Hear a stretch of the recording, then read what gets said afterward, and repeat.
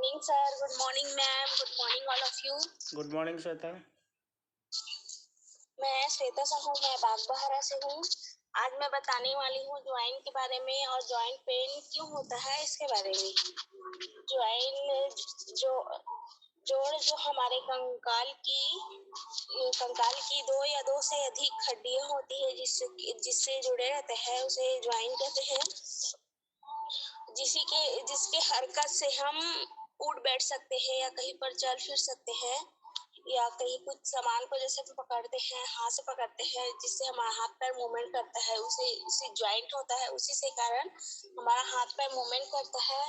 और जैसे joint pain के बारे में, जैसे ज्वाइंट पेन होता है तो किसी का उम्र के साथ जैसे 40 के ज्यादा एज हो जाता है उसके कारण भी ज्वाइंट पेन होता है। और जैसे जो डेली एक्सरसाइज नहीं करते और अचानक फिर एक्सरसाइज करते हैं ज्यादा, उसके कारण भी ज्वाइंट पेन हो सकता है। कैल्शियम की कमी के कारण भी ज्वाइंट पेन हो सकता है।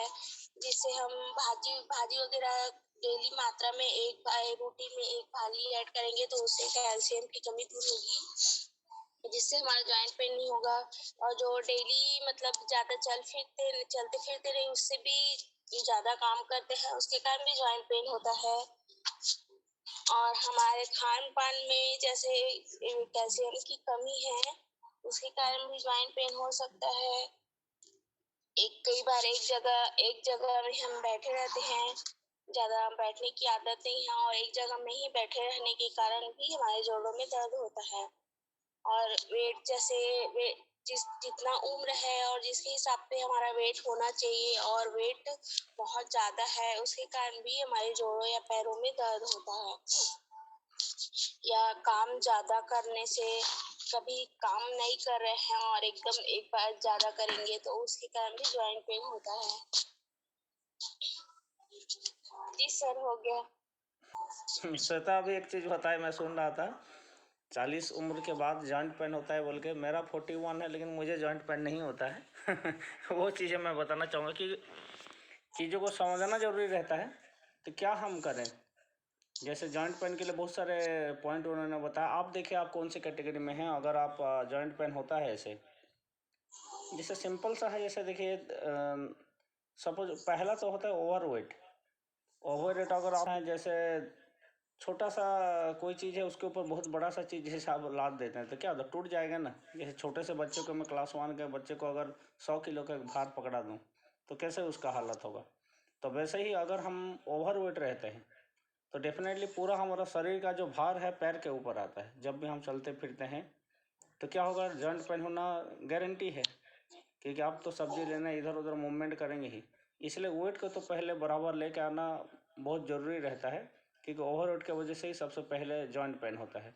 उसके बाद दूसरा जो कैल्शियम का कमी बोले, कैल्शियम का कमी क्यों होता है और किस में होता है। तो सबसे पहले मैं आपको पहले भी बता चुका हूँ, लेडीज़ और जेंट्स इन दोनों में एक्सरसाइज करना या हेल्दी डाइट लेना किसके लिए ज़्यादा ज़रूरी है, लेडीज़ के लिए। क्योंकि आप देखते होंगे बच्चियां जैसे हम रहे हैं क्लास 6-7 में जब आते हैं लगभग उस टाइम में उनका जो है शरीर एक तरीके से, पहले तो बच्चियों का जैसे चेंजेस आता है, ये सब तो आप लोग जानते ही होंगे। चेंजेस आता है, उनका पीरियड्स आना स्टार्ट होता है जब उनको 12 से 14 साल होता है। तो एक तरीके से ऐसे ले सकते हैं, पीरियड्स आना एक तरीके का सिग्नल होता है कि उनका बॉडी जो है प्रिपेयर हो रहा है आगे के लिए मतलब उनका जब मैरिज होने का, प्रेगनेंसी होकर जब प्रेगनेंसी होने के टाइम, उस टाइम जो चेंजेस आता है वो बहुत बड़ा चेंज है। और उसके लिए मैं डेफिनेटली सभी जितने भी हमारे माता बहनें सबके लिए क्लैपिंग करना चाहूँगी। वो 9 मंथ का जो पीरियड रहता है सही में वो ऐसे बोला जाता है कि अगर जब बर्थ होता है किसी बच्चे का, उस टाइम जो तकलीफ़ और जो दर्द रहता है तो शायद कोई जेंट्स में इतना हिम्मत नहीं है वो दर्द को सह पाना। वो लेडीज़ लोगों के पास ही वो दिया गया है, भगवान ने उन्हीं को दिया है। तो हमारा ये जो 10 साल में, मतलब बच्चे को जब 15 साल होता है, 15 से 22-23 साल के बीच में, ये 7-8 साल में हमारा बॉडी प्रिपेयर होता है एक्चुअली कि हम कैसे करके प्रेगनेंसी हो गई न्यू बेबी को बर्थ कर सकते हैं। अब जब प्रेगनेंसी हो गया, बर्थ हो गया, तब क्या होता है, अचानक से बॉडी में बहुत सारे डेफिशिएंसी आ जाता है। जैसे आयरन का हो गया, कैल्शियम का हो गया, ये सब चीज़ें का डेफिशिएंसी आता है। इसलिए आप देखे होंगे कि जब भी प्रेगनेंसी होता है डॉक्टर आपको आयरन की गोली और ये सब चीज़ों को प्रेस्क्राइब करते हैं। अब जैसे डेफिशिएंसी हो गया, लेकिन अचानक से जैसे देखेंगे बहुत लोगों का प्रेगनेंसी के बाद वेट गेन बहुत तेज़ी से होता है, क्योंकि जो डेफिशिएंसी हुआ रहता है, अगर तुरंत वो प्रेगनेंसी के बाद उसको भरपाई ना किया जाए तो एबनॉर्मल होता है। किसी का वजन बढ़ जाएगा, किसी का और कुछ दिक्कत आ जाता है, ये सब चीज़ें हो जाता है। तो अगर कैल्शियम का सबसे पहले जैसे कैल्शियम का कमी हुआ, कैल्शियम का कमी अगर रहेगा बॉडी में तो कैल्शियम तो चाहिए। तो कैल्शियम कहाँ रहता है? हमारे बोन्स में रहता है। तो हमारा शरीर क्या करता है? हमारे हड्डियों में से वो कैल्शियम को खींच लेता है। किस में होता है? लेडीज़ लोगों में होगा। तो अगर कैल्शियम का कमी होगा तो बोन का जो डेंसिटी है, मतलब हड्डी जो खोखला होना स्टार्ट होता है, इसीलिए जॉइंट पेन होता है। तो ये एक रीज़न है। लेकिन अगर आप कैल्शियम का कमी की वजह से भरपाई कर लेते हैं तो आपको जॉइंट पेन नहीं होगा उसके वजह से। ये एक हो गया। दूसरा हम देखते हैं कि ये तो हो गया हड्डियों का बात। दूसरा हो गया जॉइंट्स। जॉइंट्स का मतलब जैसे मैं ये हाथ को मूव कर रहा हूँ, यहाँ पर मैं जुड़ा हुआ है, ये दोनों हड्डी यहाँ पर जुड़ा है, उसी को जॉइंट्स बोला जाता है। तो वहाँ पर जैसे लिगामेंट्स होते हैं और वो लचीला रहना जरूरी है। जैसे हम लोग गाड़ी में देखे हैं ना, ग्रीस डालते हैं ना, अगर मेरे साइकिल को जैसे मैं 10 दिन 15 दिन बीच में अगर ऑयल या ग्रीस ना डालूं तो कैसे आवाज़ आता है? आप लोग अगर साइकिल चलाते होंगे या बाइक चलाते होंगे आपको पता होगा, उसमें कहीं का आवाज़ आता है ना। वो क्यों आता है? क्योंकि जब एक चीज़ दूसरे से घिसता है और अगर वो ड्राई हो जाए, सूखा हो जाए, तो क्या होगा? चलने में भी तकलीफ होगा और उसमें से आवाज़ आना स्टार्ट होता है। वैसे ही हमारे जॉइंट्स का है। जॉइंट्स जो है, जॉइंट्स में जो लिगामेंट रहता है वो लचीला रहना जरूरी है। अगर वो ड्राई हो गया तो क्या होगा? घिसेगा वो बहुत तेज़ी से और वो सीवियर जॉइंट पेन होता है। तो हमको उसको कैसे करके हम लचीला रख सकते हैं? उसमें सबसे पहले आप पानी का मात्रा, ये बार बार मैं इसी के ऊपर बहुत फोकस कर रहा हूँ सर। पानी का मात्रा को जैसे अच्छा रखेंगे तो डेफिनेटली वो लचीलापन उसका बना हुआ रहेगा, तो आपका जॉइंट पेन नहीं होगा। तो पहले ओवरवेट अगर हैं तो उसको कंट्रोल करिए। दूसरा कैल्शियम का कमी अगर आपके में है तो कैल्शियम का, लेकिन कैल्शियम में भी और एक चीज़ है कि कैल्शियम अगर आप जैसे कोई दवाई दुकान से जाके ले आते हैं तो कैल्शियम हमारे बॉडी में एब्जॉर्ब होने के लिए विटामिन डी जरूरी है। विटामिन डी कहाँ से मिलता है? सनलाइट से मिलता है। अब सभी के पास टाइम नहीं है कि वो जाके सनलाइट में रोज़ बैठ पाए। तो अगर विटामिन डी का कमी होगा तो क्या होगा? वो कैल्शियम आपका शरीर में जाके स्टोन बना देता है, जिसको हम पथरी बोलते हैं। पथरी जो होता है वो एक्चुअली कैल्शियम होता है। तो हमारा जो कैल्शियम जो हम ले रहे हैं वो यूज ना हो गया, वो पथरी बनेगा। तो इसके लिए विटामिन डी जरूरी है। तो हमारा हर्बलाइफ न्यूट्रिशन में सबसे बेहतरीन है जो कैल्शियम टेबलेट है, उसमें विटामिन डी भी रहता है, जो कि आपका जो कैल्शियम जो ले रहे हैं उसको बॉडी में एब्जॉर्ब कैसे होगा। कि एक डाइजेशन में भी ये आता है कि कोई चीज़ हम कितना खा रहे हैं उससे ज़्यादा जरूरी है कि वो हमारे बॉडी में एब्जॉर्ब हो रहा है नहीं, तो वो हेल्प करता है। तो हमारा हर्बल लाइफ में कैल्शियम टेबलेट है, उसको आप बिल्कुल, अगर आपको जॉइंट पेन थोड़ा बहुत है, नहीं भी है तो आगे के लिए आप कैल्शियम का गोली को बिल्कुल शामिल कर सकते हैं। उसके बाद जो मैं बोला लचीला रखने के लिए, एक हो गया वाटर का ज़रूरी है, और दूसरा और एक रहता है ग्लूकोसामाइन। ग्लूकोसामाइन मतलब ये रहता है समुद्री केकड़ा में, वो ज़रूरी रहता है, ये लिगामेंट में रहता है। ग्लूकोसामाइन का अगर कमी हो जाएगा तो आपको जॉइंट में पेन होगा। तो उसके लिए हमारे हर्बलाइफ न्यूट्रिशन में सबसे बेहतरीन है, उसको बोला जाता है जॉइंट सपोर्ट बोला जाता है। बहुत बेहतरीन प्रोडक्ट है। तो अगर आपको इस तरीके से, अगर आप ओवरवेट नहीं हैं फिर भी अगर आपको जॉइंट पेन हो रहा है तो आप वो जॉइंट सपोर्ट और कैल्शियम दोनों अगर लेंगे तो डेफिनेटली आपको बहुत कुछ बेनिफिट मिलेगा। उसके बाद है चीज़ों को समझना जरूरी रहता है। जैसे कैसे, जैसे हर्बल लाइफ का शेक लेने से वजन कम नहीं होता। कैसे कम नहीं होता? हमारा शेक जो है बेहतरीन है। अगर आप शेक को 2 टाइम लेते हैं, बाकी सप्लीमेंट लेते हैं तो देखते होंगे लोगों में ट्रांसफॉर्मेशन गजब का आ रहा है। लेकिन क्यों कुछ लोग मतलब शेक ये सब लेने के बाद भी उतना जो रिजल्ट है जितना दिखना चाहिए उतना नहीं दिखता है? उसका रीज़न मैं बता रहा हूँ। सपोज मेरे पास बुलेट है, लेते हैं। बुलेट सभी बाइक में सबसे हेवी रहता है। कोई भी आदमी अगर देखे तो, नॉर्मल आदमी है तो डर लगेगा उसको चलाने में। तो गाड़ी बेहतर है, बेहतरीन है, लेकिन आपको चलाना आना चाहिए उसको। वैसे ही हमारा शेक है।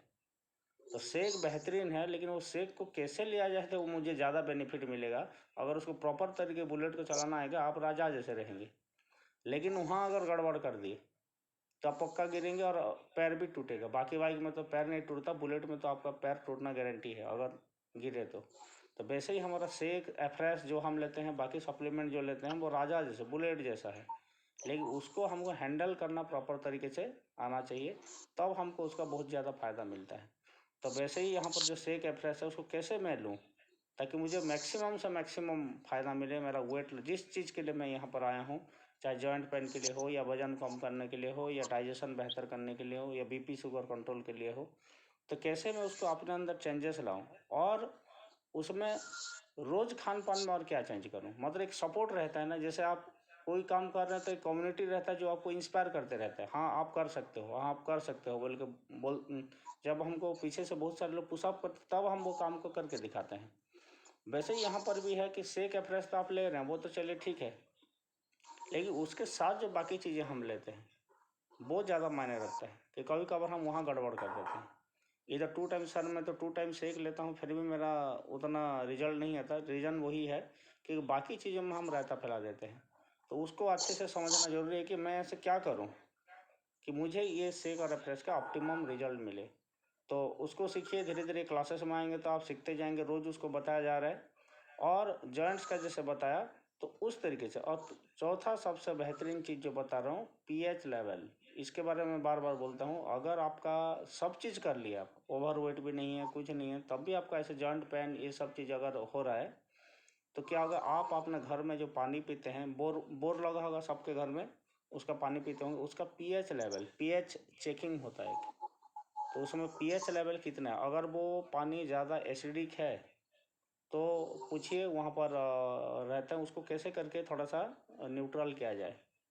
ठीक है, अगर आपका पानी बढ़िया है तो बहुत बेहतरीन, अगर एसिडिक है तो उसको थोड़ा सा चेंज करिए, क्योंकि अगर हम ज़्यादा एसिडिक चीज़ें लेते हैं, चाहे पानी हो या खाना हो, तब भी जॉइंट पेन होता है। क्योंकि वो एसिड जो है जाके बोन्स को, जैसे हम एसिड डालते हैं टॉयलेट में क्लीन करने के लिए, वैसे एसिड अगर ज़्यादा हम लेते हैं तो क्या होगा, हमारा हड्डी को भी खोखला करना स्टार्ट करता है। तो पीएच लेवल को भी सीखना ज़रूरी है। तो ये सब चीज़ें, ये छोटा छोटा चीज़ें रोज़ आपका खान पान में हरी सब्जियां, ये सब चीज़ें शामिल करिए। हेल्दी खाना लीजिए, जो आपके मतलब फूड एंड न्यूट्रिशन जो बोला जाता है ना, मतलब जो मैं खाना खा रहा हूँ, हर एक टाइम यही क्वेश्चन पूछिए। अगर मैं मैडम मुझे ला के कटोरी में कुछ भी दिए, अंगूर दिए या कुछ भी ऐसे मैं खा रहा हूँ, तो बस मुझे यही क्वेश्चन करना है, क्योंकि 20+ एज के बाद ये सब चीज़ें ये क्वेश्चन करना ज़रूरी है कि ये जो खाना मैं खा रहा हूँ ये क्या मेरे शरीर का ज़रूरत है या ऐसे मैं स्वाद के लिए खा रहा हूँ। ये चीज़ें अगर सीख जाएंगे तो आपको कभी दिक्कत नहीं होगा। क्योंकि हम लोग जो सेक लेते हैं इतना बेहतरीन है, जैसे मैं बता रहा हूँ, आपका सेक लगभग थोड़ा सा महंगा लगता है ना, तो बेहतरीन चीज़ है इसलिए महंगा है। अब मैं कोई 10 रुपये के समोसा के लालच में आके तो समोसा को खा लिया, मतलब आपने जो उस दिन किया था, इतना सेक लिया था, सप्लीमेंट लिया था, सेल्यूलस ये सब, उसके ऊपर पूरा पानी फेर गया। तो मतलब हम कोई ऐसे सस्ता चीज़ के लिए अपना इतना बेहतरीन चीज़ को क्यों बर्बाद कर दें। तो ये क्वेश्चन बार बार आप ही को पूछना है जब आप लंच लेने के लिए बैठते हैं। घर में बाकी बच्चे भी हैं, आपके हस्बैंड होंगे और भी बहुत सास ससुर होंगे, उनके लिए बनाइए बहुत सारा जो उनको पसंद का हो, क्योंकि बच्चे लोगों का मेटाबॉलिज्म अलग रहता है, उनको आप डाइट प्लान में मत ले आइए। अब जरूरी नहीं कि आप भी वो सबको खाएं। जैसे मैं देखो घर में अगर 5 सब्जी बनाए तो खुद भी 5 सब्जी लेके बैठ गए, तो उसमें बस क्वेश्चन करिए अपने आप को, या नहीं समझ में आते तो मैडम को या मेरे को फ़ोन करिए कि ये जो मैं ले रहा हूँ सर, इसमें मैं आज ये जैसे बेसन का कढ़ी शामिल किया हूँ, तो बेसन का कढ़ी खाऊँ या ना खाऊँ।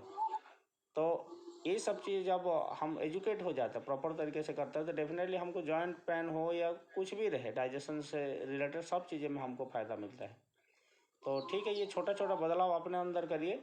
और अगर आपको पहले से ऐसे जॉइंट पेन ये सब है तो एक्सीडेंट ये सब से बचिए थोड़ा सा। एक्सीडेंट का मतलब ऐसे नहीं बोल वो गाड़ी में लेके किसी को ठोक दिए, छोटे जैसे पहले से आपको जॉइंट पेन है, बहुत हैवी चीज़ें, जब तक आपका वो ठीक नहीं होता, बहुत हैवी चीज़ें उठाना ये सब चीज़ें मत करें, नहीं तो लिगामेंट और टूटेगा और तकलीफ होगा, नस दब जाता है, बोलते हैं ना, लोगों को बहुत सीवियर पेन होता है। तो अगर आपको इस तरीके कोई प्रॉब्लम है तो पहले उसको ठीक करिए, उसके बाद वो सब काम करिए, नहीं तो ज़बरदस्ती अगर आप बहुत मेहनत करेंगे तो क्या होगा, आपको दिक्कतें आ सकता है। ठीक है, तो ये छोटा छोटा बदलाव लाइए, देखिएगा आपका जो जॉइंट पेन है ऐसे ही ठीक हो जाता है।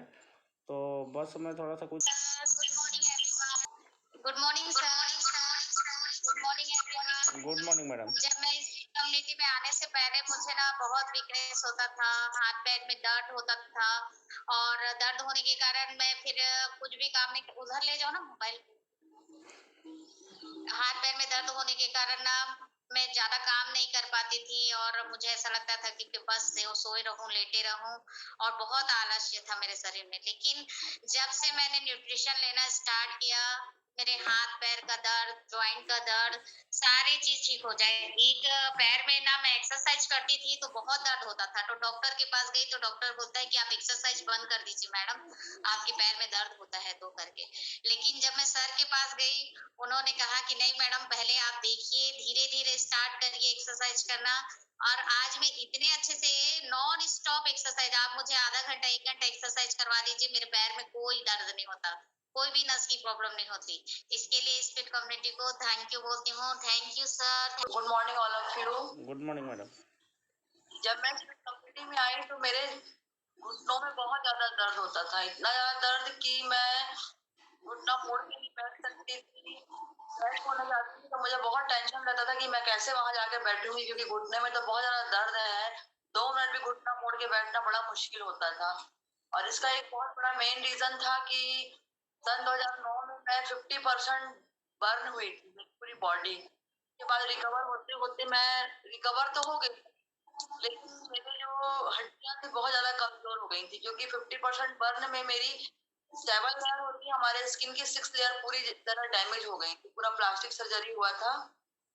डॉक्टर ने कहे थे कि लाइफ टाइम आपको मेडिसिन लेना पड़ेगा इसके लिए, तब आप मतलब बेबी स्टेप कर पाएंगे। उसके बाद जब मैं कम्युनिटी में आई, मैंने सर के और मैडम की गाइडलाइन से हर चीज को प्रॉपरली लिया, तो अब बेबी स्टेप नहीं, काफी अच्छा स्टेप मेरा है। और डेली एक्सरसाइज करती हूँ, अब मेरे ज्वाइंट पेन में बिल्कुल दर्द नहीं होता, कोई भी टेंशन नहीं है मुझे पेन के लिए, और मैं एक फिट और हेल्दी लाइफ जी रही हूँ जैसे कि मैं पहले जिया करती।